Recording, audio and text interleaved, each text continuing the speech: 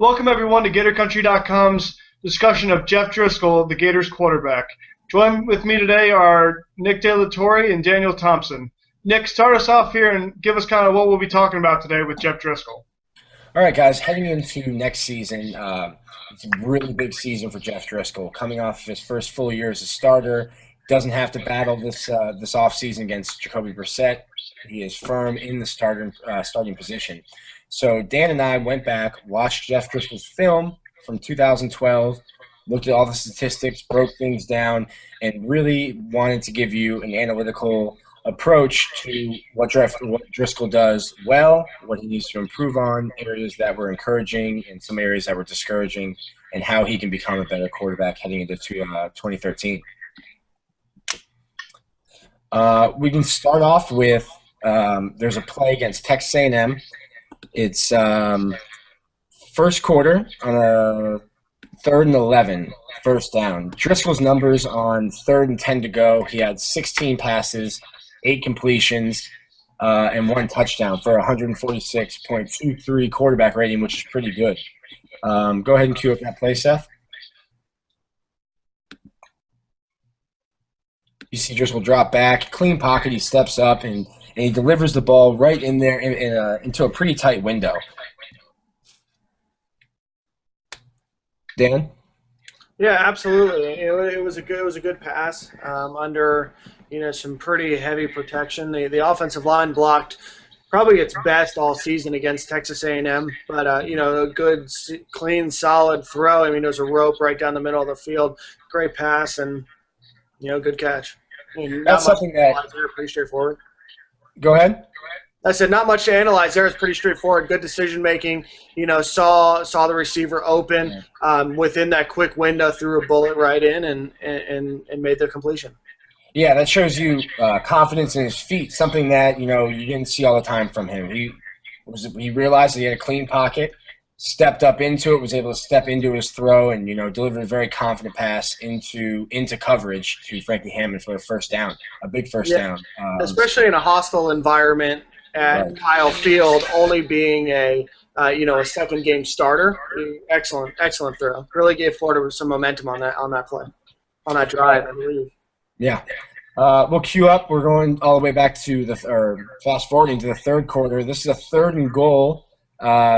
Play didn't convert on 3rd and goal, but it's still a good pass on a quick timing route from Jeff Driskel. You see that it's a quick 2-step drop. Driskel, not much to think about here for Driskel. You take your step and you trust that your receiver is going to be where they're supposed to be. You hit Hammond right in the hands in the end zone. Should have been a touchdown. Not Jeff Driskel's fault. Still a good throw that you like to see him be able to make in the red zone. Seth, is there a way you could cue that video up again? Yeah, sure.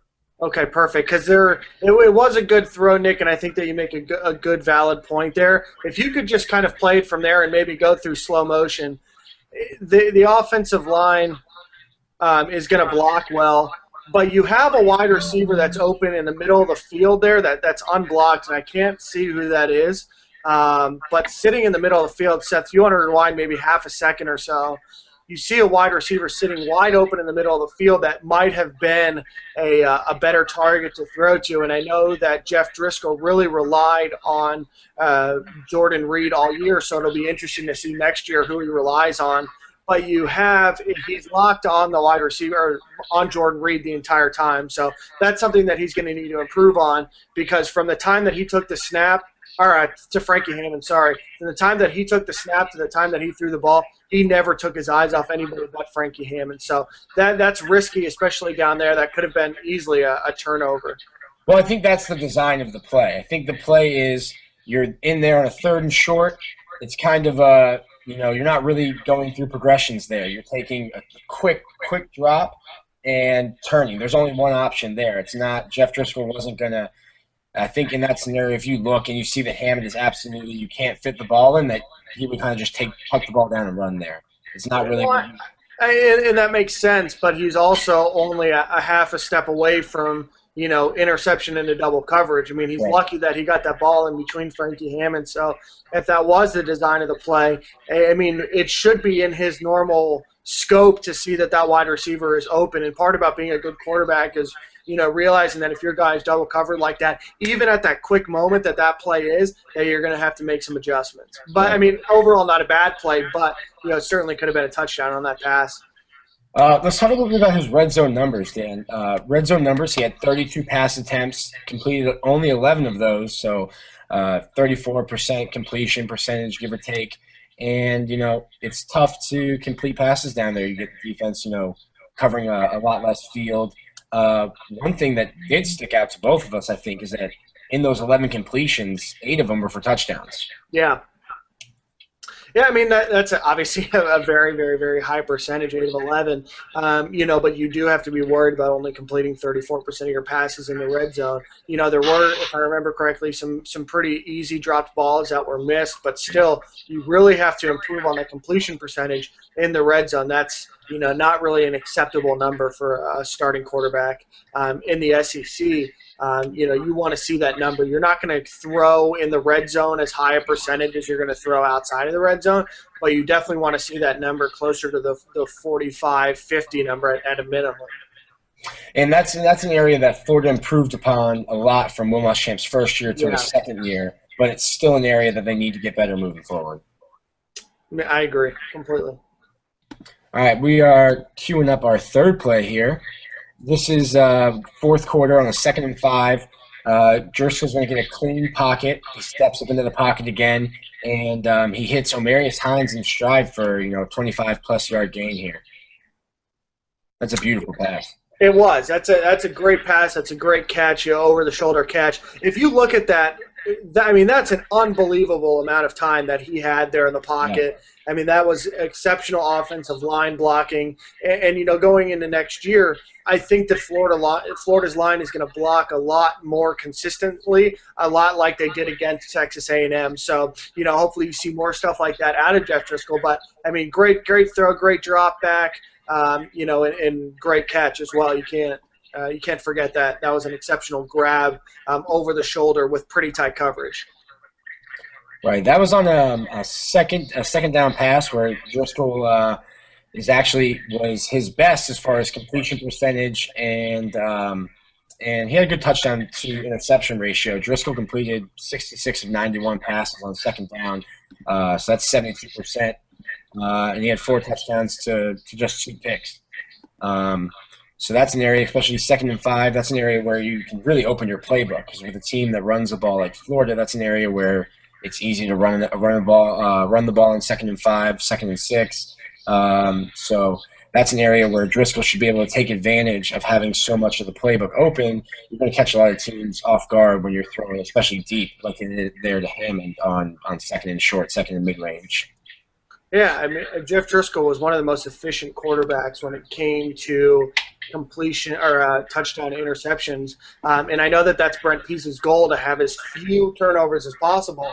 But so that's certainly something that can be applauded. But at the same time, he also had very few. He was ranked 2nd to last in the number of total passing yards across the NCAA last season. He didn't throw the ball nearly as many times as what your average quarterback does, let alone your top gunslingers in the SEC.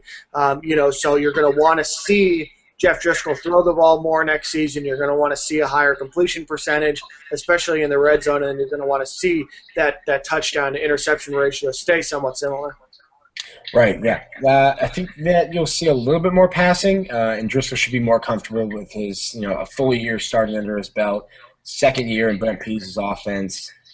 He's really starting to take kind of the leadership role. He's not really a vocal guy, but he's been leading the captain's practices throughout the spring and into the summer. And I think that you'll see chemistry develop a little more with him and his receivers, and that should lead to a better passing attack for Florida next season. Yeah, that's ultimately what he needs to do, Nick. You're exactly right. He needs to continue to build that chemistry, and I know that he's working with his team quite a bit this offseason. And as the quarterback and as the captain, it's going to be his responsibility to organize these team practices because, Brent Pease can't organize them, Will Muschamp can't organize them. They have to completely be, student-run outside of being, in the weight room, which is fortunately allowed to be controlled by strength and conditioning staff. Mm-hmm. But outside of that, it's going to be Jeff Driskel's responsibility to bring everybody together and work work together and work on that timing. So that'll be a sure sign of his leadership, depending on how many reports we see of that. Absolutely. All right, we're going to head into the Tennessee game now, which I think could be his best game. He had a very good game as far as managing the game against Florida State, but I think as far as the most passes that he made that really stood out to me, that really impressed me, I think that was against Tennessee. So let's cue up the first play. It's with 8:21 left in the first quarter. This is a 25-yard curl route to Jordan Reed. Jordan Reed just sits down in coverage, and Jeff Driskel delivers a pass to him. No, I think it's a different play. No, not that one. No, it's 8:21 in the first quarter against Tennessee.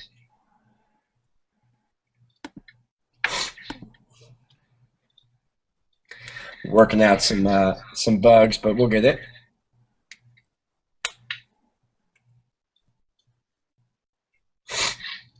Give it 1 second. No problem. Dan, what game to you stuck out most as a game that you thought Driskel excelled passing? Because obviously, you can say Vanderbilt breaking a record as far as rushing, but as a pure passer, what game stuck out to you?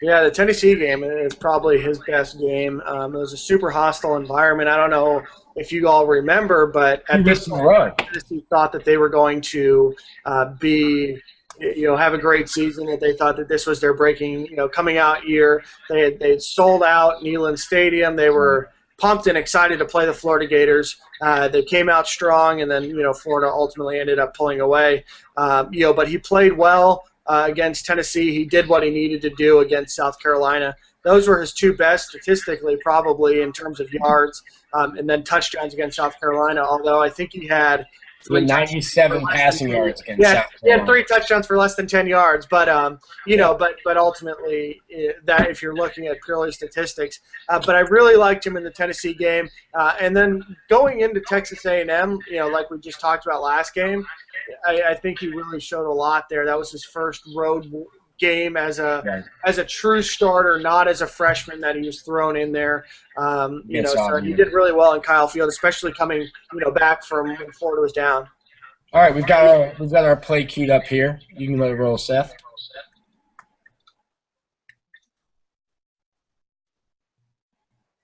See, Reed finds a soft spot in the defense there, just sits down into it, and Driskel delivered a nice pass. Not a lot he could do wrong there. He had a clean pocket, plenty of time to throw. Well, if you go back, he does make a good move, Seth. Once the play happens, he notices the pocket breaking down a bit, so he does do a side shuffle, which is a good move that you're going to want to see out of your quarterback, that they do have that solid movement outside of the pocket. Even if it's a small move like that, that's really what you're looking for out of your quarterback, to be able to adapt and make those really small, minuscule moves. But that's what allowed him to make a good pass. Otherwise, he's under intense pressure. Right. Just a small side step like that is going to buy you more time. You see quarterbacks who aren't as quick or as athletic as Driskel make those tiny steps in the pocket that give them an extra, just an extra tenth of a second that they need to find an open receiver and get the ball there. Absolutely. All right, so we're moving on to our second play from Driskel. This is going to be with 1:45 left in the second quarter. He's going to scramble to his right. He gets flushed out of the pocket on a 1st and 15, and he really delivers a nice pass on the run to Solomon Patton along the sideline. You can clean it up, Seth. See here, he's going to get pressure from the middle, rolls out. That's a very solid play. He does a lot under pressure. The defensive lineman, I think it's a defensive lineman that cuts through there. Yeah, cuts right through. That's a linebacker, I guess. Cuts right through the pressure, gets right on to Jeff Driskel. The other linebacker is coming right after him, right there. Makes a really solid play.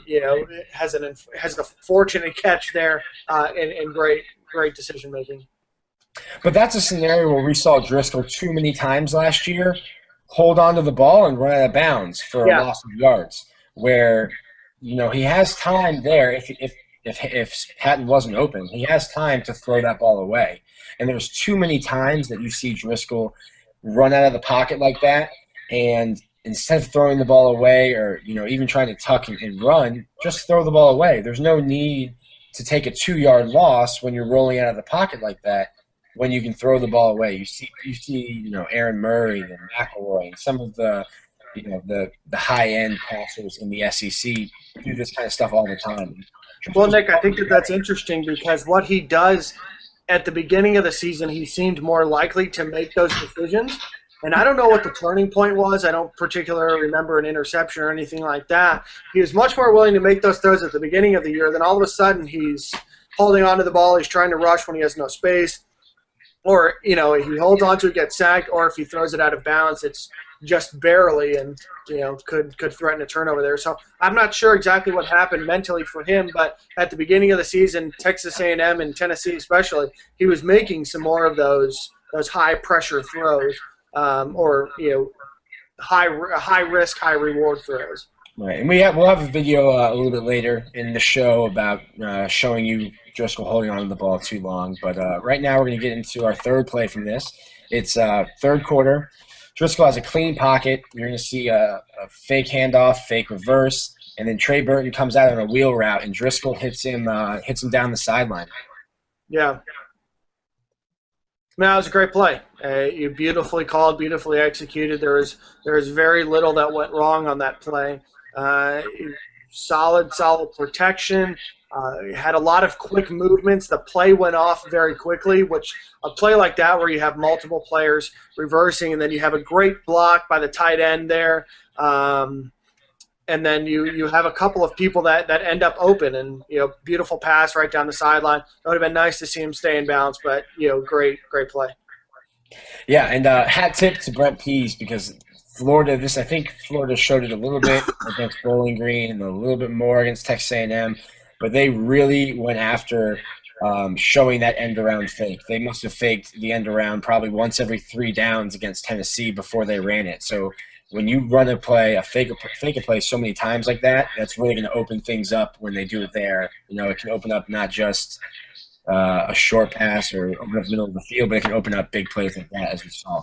Yeah, that's taking a page out of the Dan Mullen offensive calling playbook. Yeah. All right, this is going to be our final throw. In my opinion, it's Driskel's best throw of the entire season. There's 38 seconds left in the third quarter. Play action pass. Driskel's going to get pressure from right up the middle. He's going to throw off his back foot, and he's going to put the ball in a spot where only Jordan Reed can get it. And, this ball is going to travel some 34, 35 yards in the air. So this is all arm strength off of his back foot here. Nick, I know you love that throw. And it definitely has solid.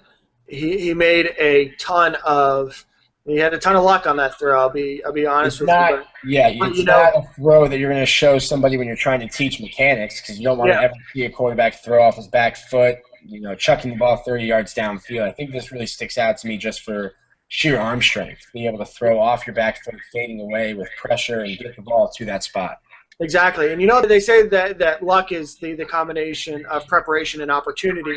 And so that's kind of what you have there is you understand the play really well. It's a great throw, great pass, given the circumstances, but there was a lot of reliance on just muscle memory and a lot of just knowing where the quarterback would be because the defenders are coming at him at such a fast pace and his pocket is diminishing so quickly, he has to rely on his instinct, and he makes a great throw with great power. Okay, we're going to head into the Kentucky game. It's going to be 44 seconds, second quarter. Florida, Driskel was doing a good job of really leading. I think it was less than a 2-minute drive here. I think they had under 2 minutes when they got the ball back, and this is a good drive. You see it's 17-0, but you really would rather be up more going up into halftime against Kentucky at home. So this is a play where Driskel senses that there's pressure coming from the outside, steps up into the pocket, and when you see the replay of this throw, he actually squeezes it in between 3 Wildcat defenders. That's just a rope, trusting your arm, Very good job stepping in the pocket, getting his weight into that throw. He does. And so if you can quickly rewind that, he has some other options on that throw, and he made the risky choice, but he made he made one that ultimately paid off in a touchdown. But you have Mike Gillisley, if I remember watching the play just now correctly, coming across the middle of the field, and he was unblocked. So completely unblocked. So he could have gone for probably down to the 8-yard line, but he made a great pass, a great throw right down the middle. But if you see on the replay, this is a 3rd and 10 play. If he checks down to Gillisley, does Gillisley pick up a first down? I think he does based on the angle, but I mean that's not the point. Against a good team, that ball's going to probably get intercepted. Even against a better team, not even necessarily a great or good team, but he understood what he had. And I mean, Dunbar has some exceptional athletic ability, and he threw the ball where only he could get it, and put the ball right on the money. Okay, yeah, that's definitely something that you look to see more. We've watched Jeff Driskel and Quentin Dunbar kind of going back and forth with each other on Twitter, which is nice to see because it was rumored that Dunbar had kind of sided with Brissett last year, and the team was sort of divided during the quarterback battle. So it's good to see the number 1 receiver going into the year working well and developing a nice chemistry with his quarterback. There was one more play in the Kentucky game that stood out to me. It was 7:29 left in the 3rd quarter. It was a 2nd and 10 play, and it's just a simple swing pass to Gillisley, but Driskel leads him perfectly, allows him to catch the ball in stride, make a quick move, and ultimately pick up the first down. Yeah, that's a great play. Perfectly designed. They didn't pick up Gillisley at all. He does a good job catching him when he's on the run. He doesn't have to go. He doesn't have to reach out for it. The ball comes right to his cradle, and he gets the first down. So good solid play overall. And Kevin Westbrook's out there as the primary blocker for Gillisley, and if he picks up a block, that could go even more than just the first down. That's a lot to ask. All right, we're getting into the LSU game, and once Florida got the lead, there wasn't any passing. So we only had one pass for that really stood out. It kind of came in the 1st quarter on a 2nd and 10. It's a nice pass to Quentin Dunbar, an 8-yard out route. He throws it towards the sideline. It's in a spot where the defender's not going to get to it. The only man that has an opportunity to catch it is Dunbar. And while it doesn't go for a first down, that's not Driskel's fault. This is the onus right there is on the receiver to run the route to the first down marker. Yeah, exactly.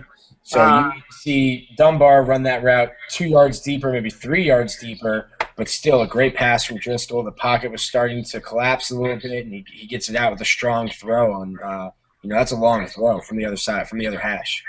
Yeah, he made the right decision. Everybody else there is blocked. But again, that is the responsibility of the receiver to get to that marker, and especially with him being so close to the sideline and not knowing, where the first down is just not good decision making on that particular play. But good solid pass, got it right there, hit him in the numbers, and Jeff Driskel did what he needed to do that game to win the game.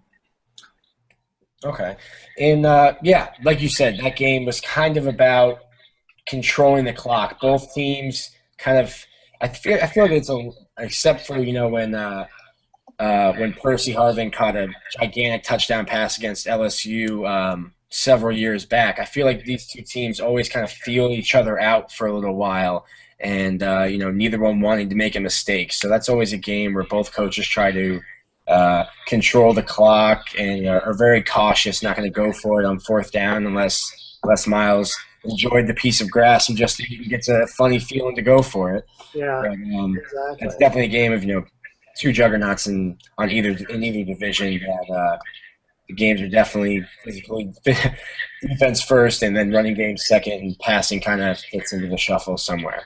Yeah, both teams always play that game very, very conservatively. It's interesting. Even under Urban Meyer, Florida played conservative against LSU. Yeah, well, there was the one game where Tebow was coming off of a concussion thanks to my St. Thomas Aquinas fellow alum Marcus Gilbert's knee.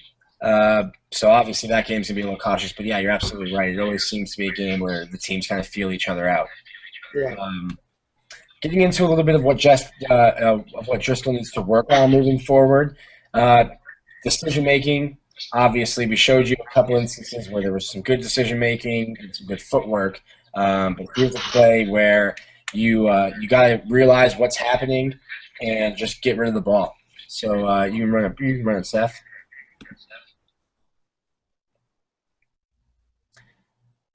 You see that's not really his fault. If you can run that back, not really his fault. But my problem with the play is what he does after he's already wrapped up. Just go down here. There's no need to right here. You've got two guys completely unblocked. Xavier Nixon is on his knees. There's a third guy coming. Right here, just do a Peyton Manning. Just drop into the fetal position. Yeah. Right here, it looks like he thinks maybe I can get out of this, but look at the ball security. He's holding it down low. It's high risk to have a turnover there based on best case scenario. You can maybe break away from 3 defensive linemen and throw the ball away. Just go down there, live to play another down.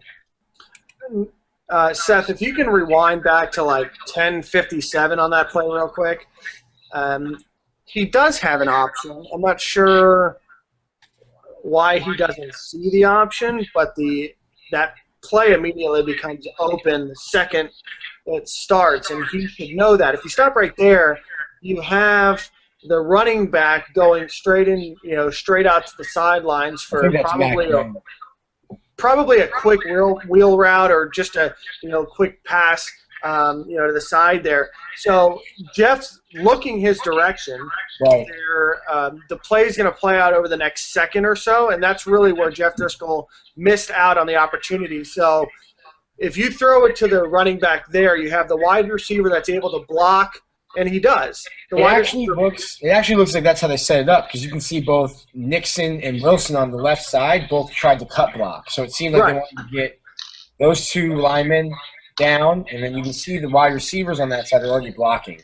Well, exactly. But Jeff Driskel needed to throw that ball at least a half a second before he was even put in a position, to get sacked. He had the opportunity to even do a quick dump pass over the offensive lineman, and the running back there would have been able to take it, at least for close to positive yards, if not, a farther throw rather than taking, a 10-yard loss.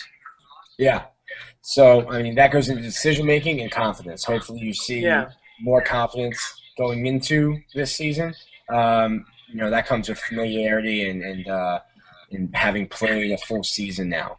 If we can cue up the next play, I think it's going to be with about 2 minutes left. Yeah, here it is.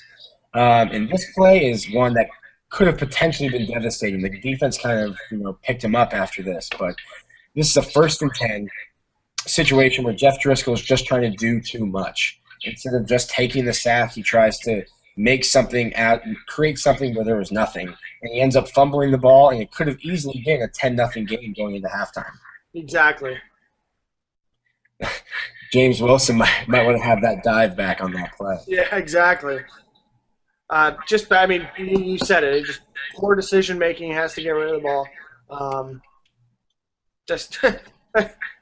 That was kind of the theme of the first half of that game. Just kind of sloppy play, and Jeff gets his arm hit from behind him, and every 9 times out of 10 that ball is going to fumble backwards.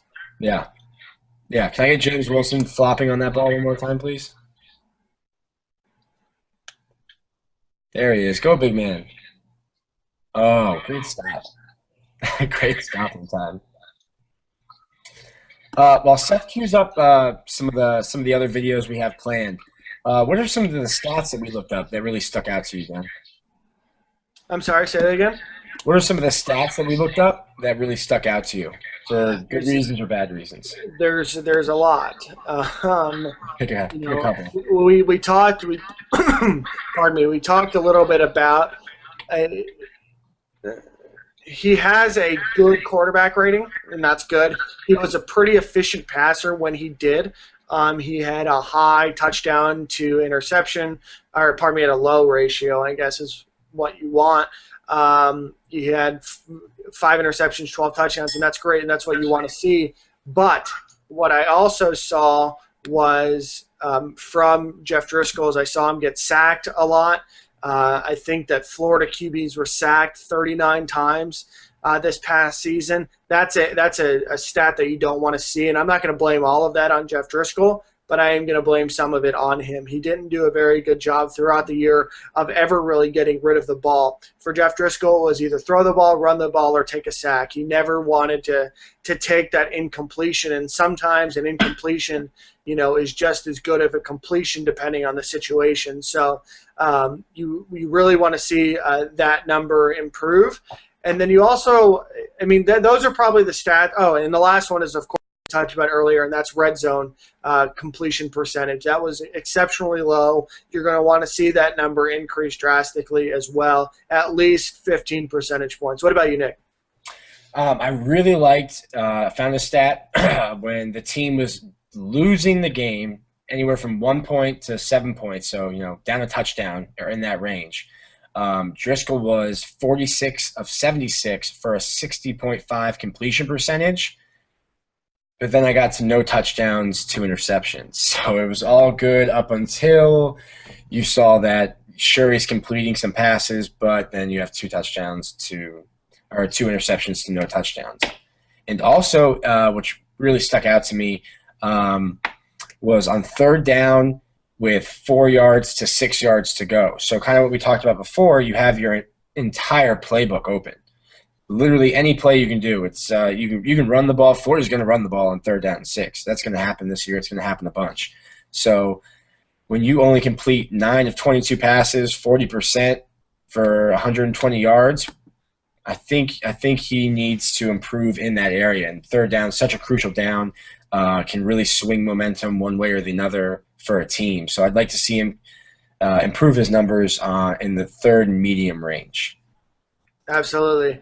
And then I know that Jeff Driskel also had, going back to being in certain situations, going back to the red zone there, I know that he also had 2 interceptions down there in the red zone. And when you only throw the ball 11 times, that's nearly 20%, or when you only complete 11% or 11 of your passes, that's a very, very, very high percentage of the passes that you complete to the passes that are incomplete. So Jeff is going to have to certainly work on his red zone throughout the year. Another statistic that I thought was interesting is that Jeff Driskel is very, very, very similar percentage-wise in the first quarter, second quarter, third quarter, and fourth quarter. So he's not necessarily a much better quarterback that gets better in your second, third, and fourth quarter after he gets in kind of the motion of the game. He's very, very consistently average,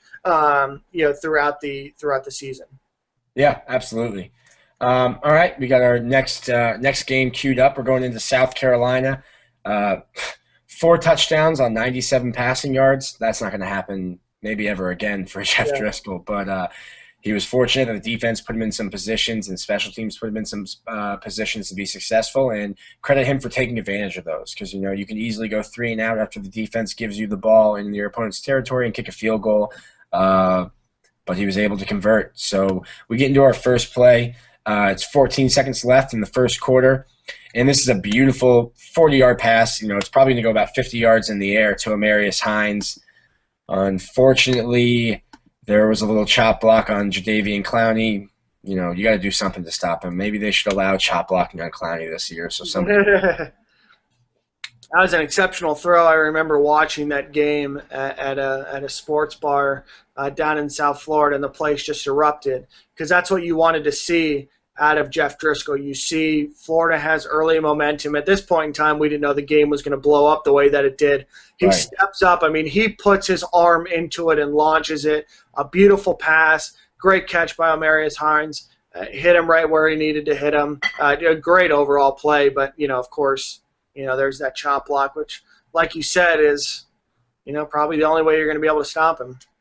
Yeah, really the only way. There was a play in the South Carolina game where something happened and Jordan Reed was the only defender in front of Clowney, and it wasn't very long when Jordan Reed didn't have Clowney in front of him anymore.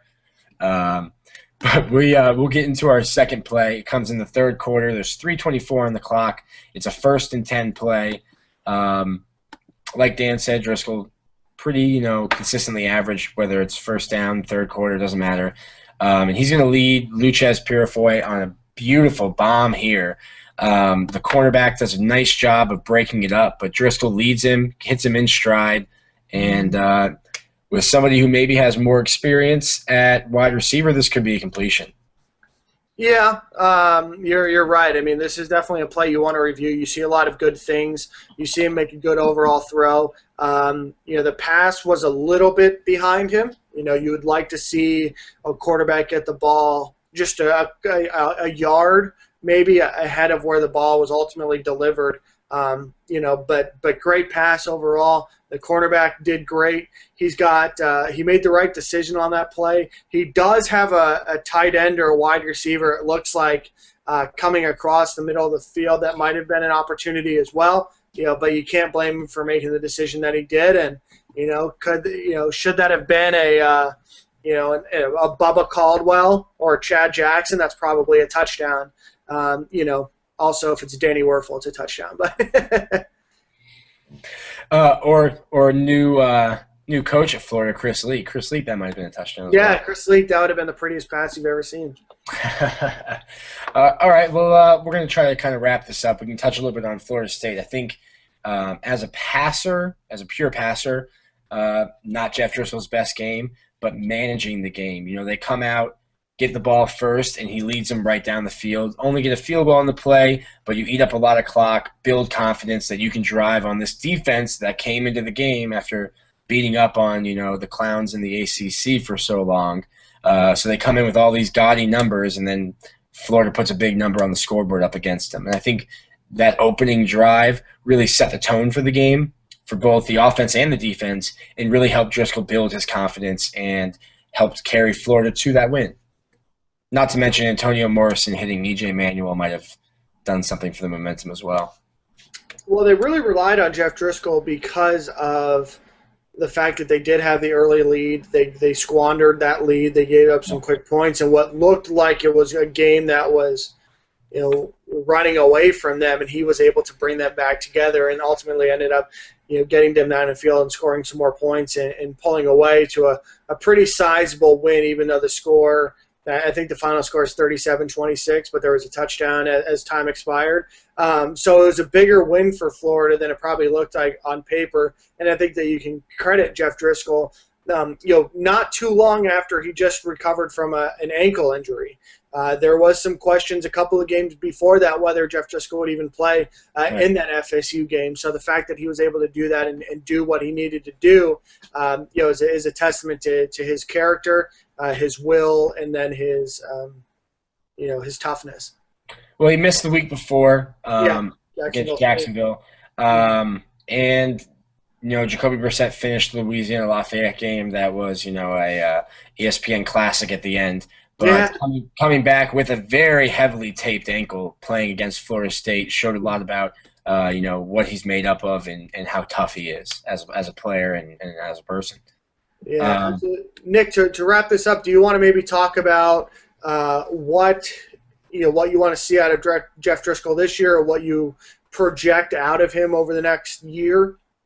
Okay, I don't think you're going to get a quarterback that averages anywhere near 300 yards. But what I want to see from Driskel is to develop a little bit more as the game manager. Florida's put him in a position where he doesn't need to average 300 yards passing a game to be successful. He needs to not turn the ball over, which he did a good job of for most of the season.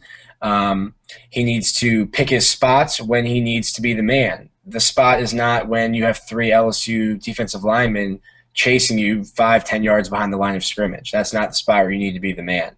I think you're going to see a lot more of the short to intermediate passing game, but not the kind of curls and stuff we saw last year.